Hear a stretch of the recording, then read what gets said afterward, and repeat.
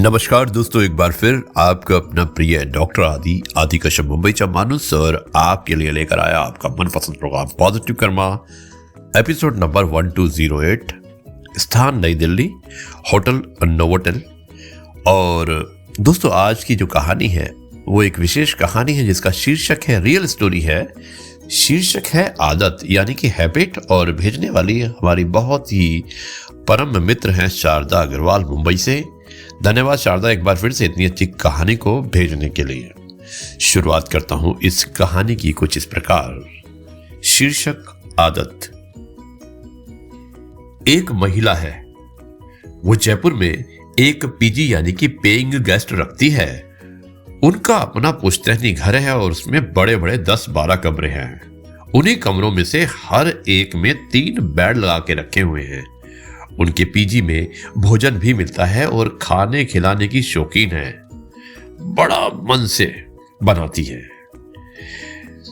उनके यहां इतना शानदार भोजन मिलता है कि अच्छे से अच्छा शेफ नहीं बना सकता।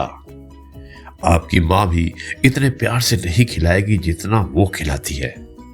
उनके पीजी में ज्यादातर नौकरी पेशा लोग और छात्र रहते हैं। सुबह ब्रेकफास्ट और रात को भोजन तो सब लोग ही करते हैं। जिसे आवश्यकता होती है उसे दोपहर का भोजन पैक करके दे देती है। पर उनके यहां एक बड़ा अजीबोगरीब नियम है। हर महीने वो सिर्फ 28 दिन ही भोजन पकाती है। शेष 2 या 3 दिन होटल में खाओ। ये भी नहीं कि पीजी की रसोई में बना लो। रसोई सिर्फ 28 दिन खुलेगी और शेष 2 या 3 दिन किचन बंद रहता है। और हर महीने के आखिरी 3 दिन मैस बंद होता है। होटल में खाओ, चाय भी बाहर जाके पी के आओ। मैंने उनसे पूछा कि ये क्यों और ये क्या अजीबोगरीब नियम है? आपकी किचन सिर्फ 28 दिन ही क्यों चलती है? वो बोली, हमारा रूल है, हम भोजन के पैसे ही 28 दिन के लेते हैं, इसलिए किचन सिर्फ 28 दिन चलती है। मैंने एक बार फिर से कहा कि ये क्या अजीबोगरीब नियम है, और ये नियम भी कोई भगवान का बनाया तो है नहीं, आखिर आदमी का बनाया ही तो है, बदल दीजिए इस नियम को। उन्होंने कहा कि नो, रूल इज रूल।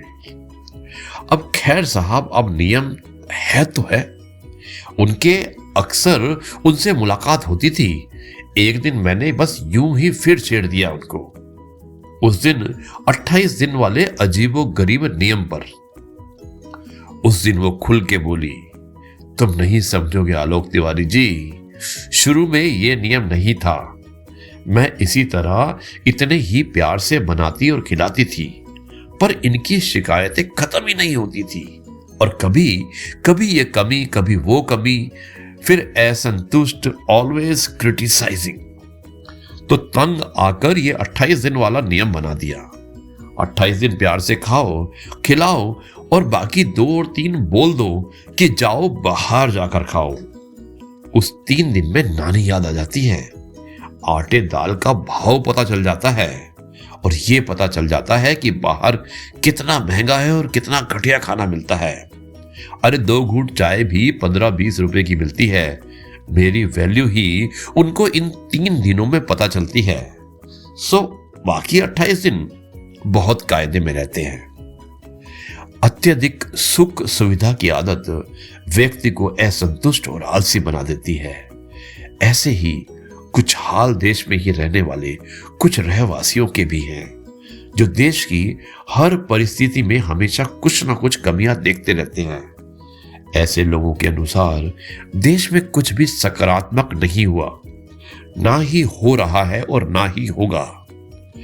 ऐसे लोगों को कुछ दिन के लिए पड़ोसी देशों में गुजारने चाहिए ताकि इनकी बुद्धि सही हो सके। दोस्तों, एक रियल फैक्ट था आदत, और मुझे उम्मीद है कि ये आपको पसंद आया होगा। शारदा, एक बार फिर से धन्यवाद कि इतनी सुंदर सी रियल स्टोरी को भेजने के लिए, जो एक मैसेज ड्रिवन स्टोरी है।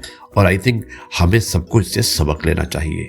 दोस्तों, अब मैं इस कार्यक्रम को यहीं पर समाप्त करता हूं और कल आपसे एक बार फिर मुलाकात करेंगे कुछ नई बातों के साथ। तब तक के लिए कहते हैं जय गुरु जी, शुक्राना गुरु जी।